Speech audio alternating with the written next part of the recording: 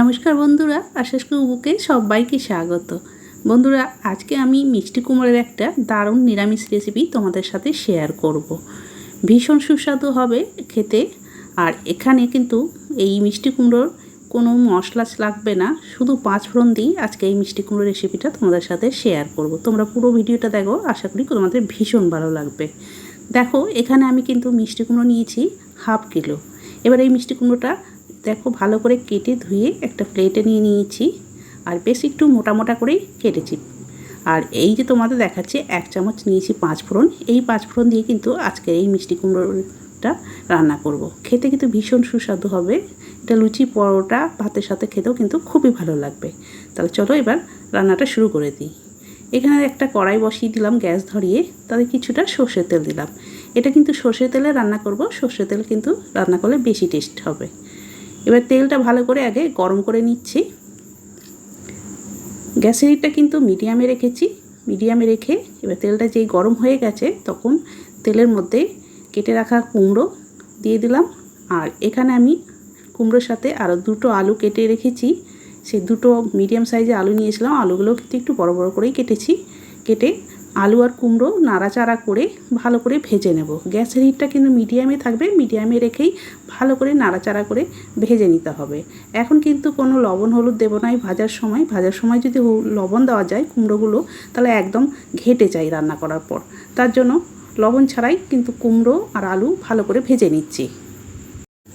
দেখো, আলু আর কুমড়োগুলো আমি নাড়াচাড়া করে বেশ সুন্দর করে ভেজে নিয়েছি। এবার কুমড়ো আর আলুগুলো আমি তুলে নিচ্ছি। সব কুমড়ো আলুগুলো তুলে নেওয়ার পর কড়াইয়ে কিন্তু বেশ কিছুটা এখনও তেল রয়েছে।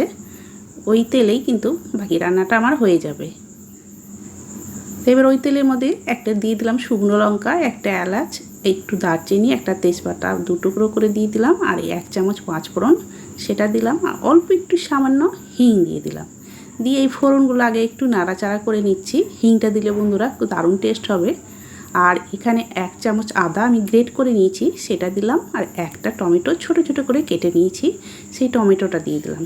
প্রথমে একটু নাড়াচাড়া করে এবার পরিমাণ মতোই সময়তেই লবণ দিয়ে দিচ্ছি, তাহলে টমেটোটা খুব তাড়াতাড়ি নরম হয়ে যাবে আর এগুলো ভাজতে সুবিধে হবে। হাফ চামচ দিয়ে দিলাম হলুদ গুঁড়ো, আর হাফ চামচ মতো দিয়ে দিলাম কাশ্মীরি লঙ্কার গুঁড়ো। দিয়ে নাড়াচাড়া করে ভালো করে এগুলোকে বেশ ভাজা ভাজা করে নিচ্ছি। আর নাড়তে নাড়তেই দেখো টমেটোটা বেশ নরম হয়ে গেল খুব তাড়াতাড়ি, যেহেতু লবণ দিয়েছিলাম। তাই কিছুক্ষণ নাড়াচাড়া করে যাতে আদার কাঁচা গন্ধ চলে যায় সে পর্যন্ত নাড়াচাড়া করে নিলাম। এবার ভেজে রাখা কুমড়ো আর আলু দিয়ে দিলাম। আর এখানে 1 মুঠ মতো ছোলা দিয়ে দিলাম। ছোলাটা আমি সারা রাত ভিজিয়ে রেখেছিলাম, সেই ছোলাটা 1 মুঠ দিয়ে দিলাম। দিয়ে ভালো করে আরও একটু নাড়াচাড়া করে নিচ্ছি। এই ছোলাটা দিলে খুব সুন্দর টেস্ট হবে এই কুমড়োর তরকারিটা। তাই এইভাবে কিন্তু নিরামিষের দিনে তোমরা বানিয়ে নিতে পারো, ভালো লাগবে খুব খেতে। ভালো করে একটু নাড়াচাড়া করে নিয়ে এইবার ওর মধ্যে আমি দিয়ে দিচ্ছি জল। কিছুটা জল দিলাম, এর থেকে আর বেশি জল দেব না। এবার ভালো করে নাড়াচাড়া করে নিচ্ছি। ভালো করে জলটা এভাবে নাড়াচাড়া করে নিয়ে এবার ঝালের জন্য এখানে আমি 3টে কাঁচা লঙ্কা দিয়ে দিলাম। দিয়ে এবার ঢাকা দিয়ে 5 থেকে 6 মিনিট মিডিয়াম হিটেই এইভাবে জাল করে নেব। ততক্ষণে আমি আর একটা ভাজা মশলা রেডি করে নিচ্ছি। একটা ননস্টিকের ফ্রাইং প্যান বসিয়ে দিয়েছি, তাতে 3টে শুকনো লঙ্কা, 2টো এলাচ, 1 টুকরো দারচিনি, 1 চামচ দিলাম গোটা ধনে, আর 1 চামচ দিয়ে দিচ্ছি জিরে। একটু সামান্য লবণ দিয়ে দিচ্ছি, তাহলে এই ভাজা মশলাটা কিছুদিন রেখে দিলে নষ্ট হবে না। যেহেতু এটা আমি একটু বেশি করেই বানাচ্ছি মাঝে মাঝেই, তো যে কোনো নিরামিষ রান্নায় এইরকম ভাজা মশলা দিলে ভালো লাগে। তাই একটু নাড়াচাড়া করে আমি ভাজা মশলাটা ভেজে নিচ্ছি। আর একটু এইভাবে পরিমাণে বেশি করে বানিয়ে রাখলে পরে রান্নার সময় খুব তাড়াতাড়ি হয়ে যায়, সুবিধে হয়। ভালো করে নাড়াচাড়া করে ভেজে নিলাম। দেখো, এটা একটা প্লেটে ঢেলে রেখে তারপর একটু ঠান্ডা হলে গুঁড়ো করে নেব। এদিকে 5 থেকে 6 মিনিট পর ঢাকাটা খুলে নিলাম। আর এবার দেখে নিচ্ছি কুমড়ো আর আলু কিন্তু বেশ সুন্দর সেদ্ধ হয়ে গেছে। এবার এর মধ্যে আমি দিয়ে দিচ্ছি এই ভাজা মশলাটা, সেটা গুঁড়ো করে নিয়েছি, সেটা দিয়ে দেব। আর এখানে কিন্তু মিষ্টি কুমড়োতে অবশ্যই চিনি লাগে, 1 চামচ চিনি দিলাম। আর ভাজা মশলাটা গুঁড়ো করে নিয়ে 1 চামচ মতো দিয়ে দিলাম। আর কিছুটা দিয়ে দিচ্ছি কসুরি মেথি। এটা দিয়ে দারুণ একটা সুন্দর সেন্টও হবে, তার সাথে টেস্ট কিন্তু অসাধারণ হয়। সব কিছু দিয়ে নাড়াচাড়া করে আবারও ঢাকা দিয়ে 2 মিনিট আবারও এইভাবে রান্না করে নেব। 2 মিনিট রান্না করলেই সব কিছু কিন্তু ভালো মতো সুন্দর সেন্ট একটা তৈরি হয়ে যাবে, টেস্টও খুব সুন্দর হবে। 2 মিনিট পর ঢাকাটা খুলে নিলাম। দেখো এখানে কিন্তু খুব সুন্দর হয়ে গেছে, অনেকটাই গ্রেভি কমে গেছে। আর এইটা কিন্তু এইরকম গ্রেভি রাখছে, এটা এরকমই আমি একটু গ্রেভি রাখবো, যেহেতু এটা লুচি পরোটা যার সাথে খাও একটু গ্রেভি গ্রেভি থাকলে ভালো লাগে খেতে, ভাতের সাথেও খাবে খুব ভালো লাগবে। সব শেষে আমি এখানে হাফ চামচ দিয়ে দিচ্ছি ঘি।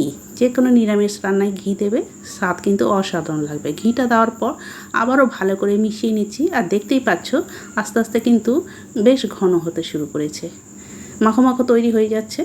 গ্যাসের হিটটা কিন্তু অফ করে দিলাম, দিয়ে এবার ঢাকা দিয়ে 2 মিনিট স্ট্যান্ডিং টাইমে রেখেছিলাম। 2 মিনিট পর এবার সার্ভ করে নিচ্ছি। আর দেখো কালার যেমন সুন্দর হয়েছে তেমনি টেস্টও হয় কিন্তু অসাধারণ। এইভাবে নিরামিষের দিনে তোমরা কিন্তু অবশ্যই একবার বানিয়ে দেখতে পারো। আর যে কোনো উপোসের দিনেও বানিয়ে খাবে, এভাবে খেতে কিন্তু বেশ ভালো হয়। এটা খিচুড়ির সাথেও কিন্তু খেতে দুর্দান্ত লাগবে। তাহলে বন্ধুরা, আজকের রেসিপিটি যদি তোমাদের ভালো লেগে থাকে অবশ্যই বন্ধু ফ্যামিলির সাথে শেয়ার করে দেওয়ার অনুরোধ রইল। আর কেমন লাগলো অবশ্যই আমাকে একটা ছোট্ট কমেন্ট করে জানাবে।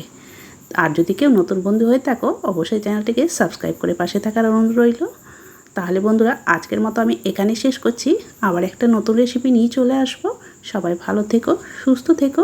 সবাইকে অনেক অনেক ধন্যবাদ জানিয়ে আজকে আমি এখানেই শেষ করলাম।